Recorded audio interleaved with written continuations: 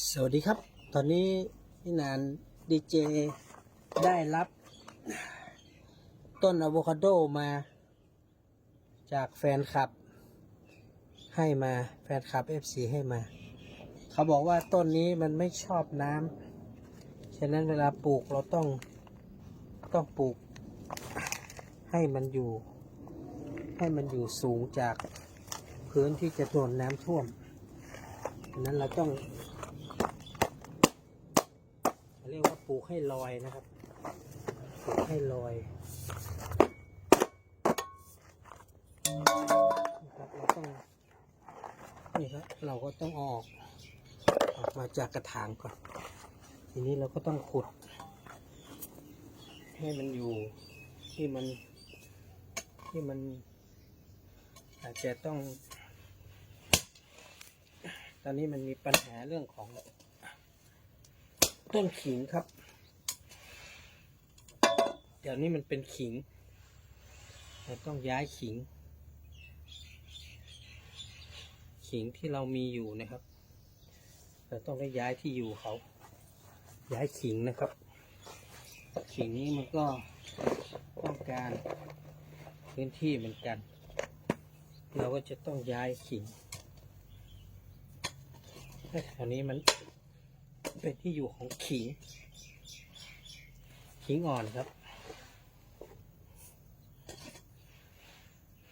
เราต้องหาที่ปลูกให้เขาใหม่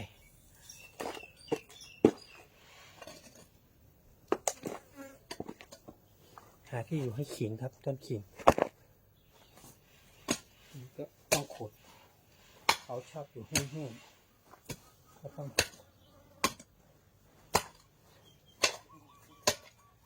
อยู่ตรงนี้ครับเพราะว่ามันจะได้ไม่โดนน้ำเขาไม่ชอบน้ำใช่ไหมครับเราก็ ต้องปลูกที่มันไม่โดนน้ำตรงนี้มันจะไม่ค่อยโดนน้ำโอเค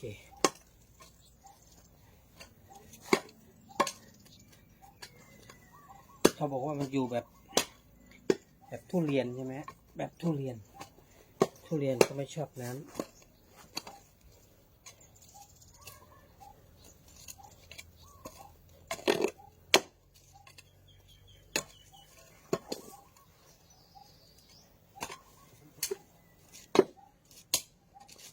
ตรงนี้ก็จะมี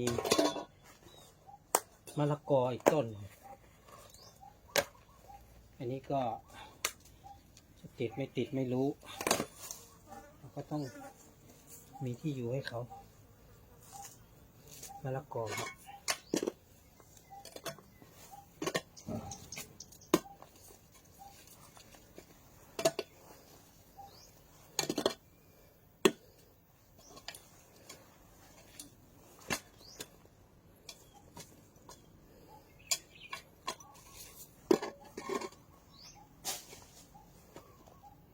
น่าจะได้นี่ก็จะเป็นขิงครับขิงก็ต้องให้น้ำหน่อยเราก็ออกก็ต้องให้น้ำกันหน่อย